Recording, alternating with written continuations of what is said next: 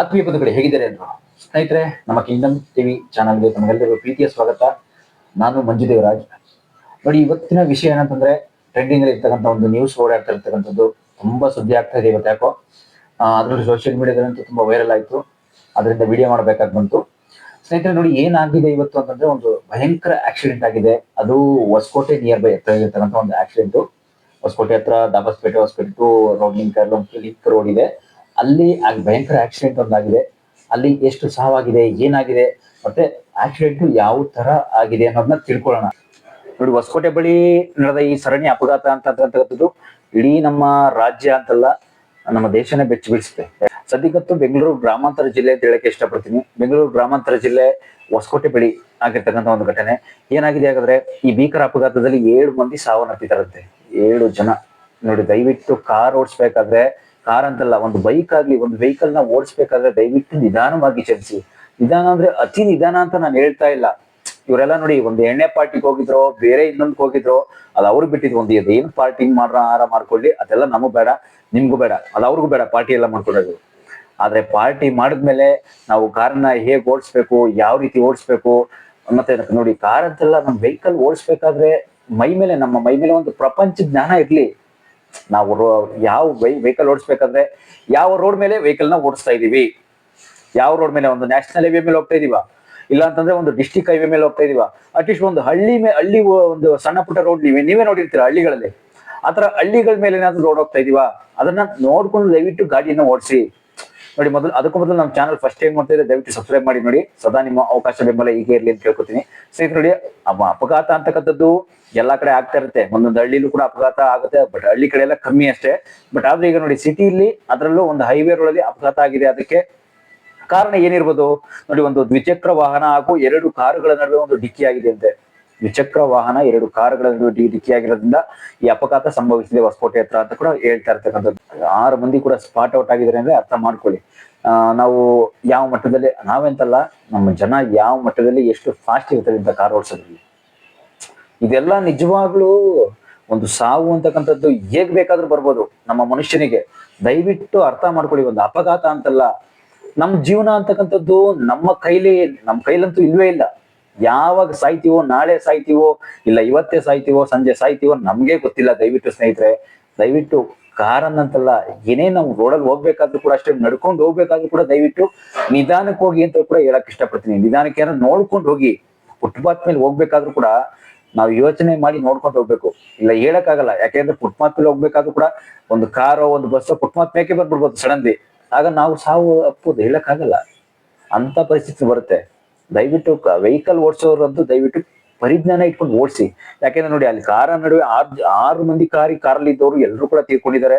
But ಆ ಕಾರಲ್ಲಿ ಇದ್ದವರೆಲ್ಲ students ಅಂದ್ರೆ ಮಕ್ಕಳು, ಸ್ಟೂಡೆಂಟ್ಸ್ಗಳು, ವಿದ್ಯಾರ್ಥಿಗಳು. ಸ್ಟೂಡೆಂಟ್ಸ್ ಅಂತಂದ್ರೆ ಏನ್ ಅರ್ಥ ನಿಮ್ಗೂ ಗೊತ್ತಿರುತ್ತೆ. College student, school students. ಹೇಳ್ತೀನಿ ನೋಡಿ, ಈ ಅಪಘಾತಕ್ಕೆ ವಿದ್ಯಾರ್ಥಿಗಳ ಒಂದು ಜಾಲಿ ರೈಡ್ ಕಾರಣವಾಯ್ತು ಅಂತ ಕೂಡ ಹೇಳ್ತಾ ಇದ್ರೆ. ಅಂದ್ರೆ ಜಾಲಿ ರೈಡ್ ಅಂದ್ರೆ ನೀವೇ ಅರ್ಥ ಮಾಡ್ಕೊಳ್ಳಿ, ಅದೊಂದು ಶಂಕೆ ವ್ಯಕ್ತವಾಗ್ತಾ ಇದೆ ಈಗ. ಜಾಲಿ ರೈಡ್ ಅಂದ್ರೆ ಅವ್ರ ಜಾಲಿ ಮೂಡು, ಅವ್ರದ್ದು ಮೂಡೇ ಒಂಥರ ಜಾಲಿ ಮೂಡು, ಒಂದು ಎಂಜಾಯ್ಮೆಂಟ್ ಮಾಡುವಂತ ಮೂಡಿತ್ತು. ಆ ಟೈಮಲ್ಲಿ ಎಂಜಾಯ್ ಮಾಡ್ಕೊಂಡು ಪಾರ್ಟಿಗೆಲ್ಲೋ ತೆರಳಿದ್ರು. ಹಿಂದೆ ಬರೋಕ್ಕಿಂತ ಮುಂಚೆನೆ, ಆಕ್ಸಿಡೆಂಟ್ ಆಗೋಕ್ಕಿಂತ ಮುಂಚೆನೆ ಪಾರ್ಟಿ ಮುಗಿಸ್ಕೊಂಡು ಬರ್ತಾ ಇದ್ರು.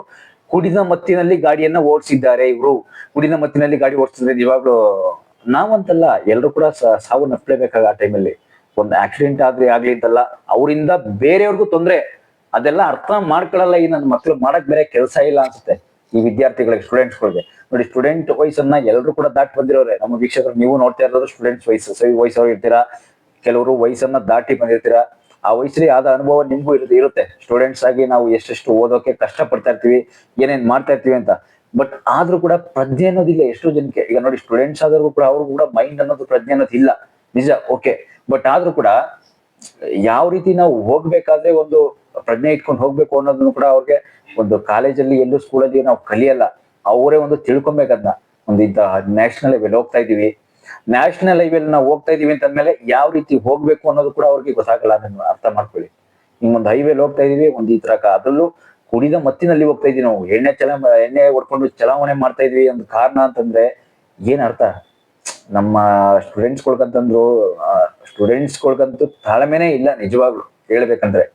ದಯವಿಟ್ಟು ನೋಡಿ, ಯಾವ ತರ ಬೇಜಾರಾಗ್ತಾ ಇದೆ ನಿಜವಾಗ್ಲು. ಅವರಿಂದ ಬೇರೆಯವ್ರಿಗೂ ಕೂಡ ಅಪಾಯ ತಪ್ಪಿದ್ದಲ್ಲ ನಿಜವಾಗ್ಲು.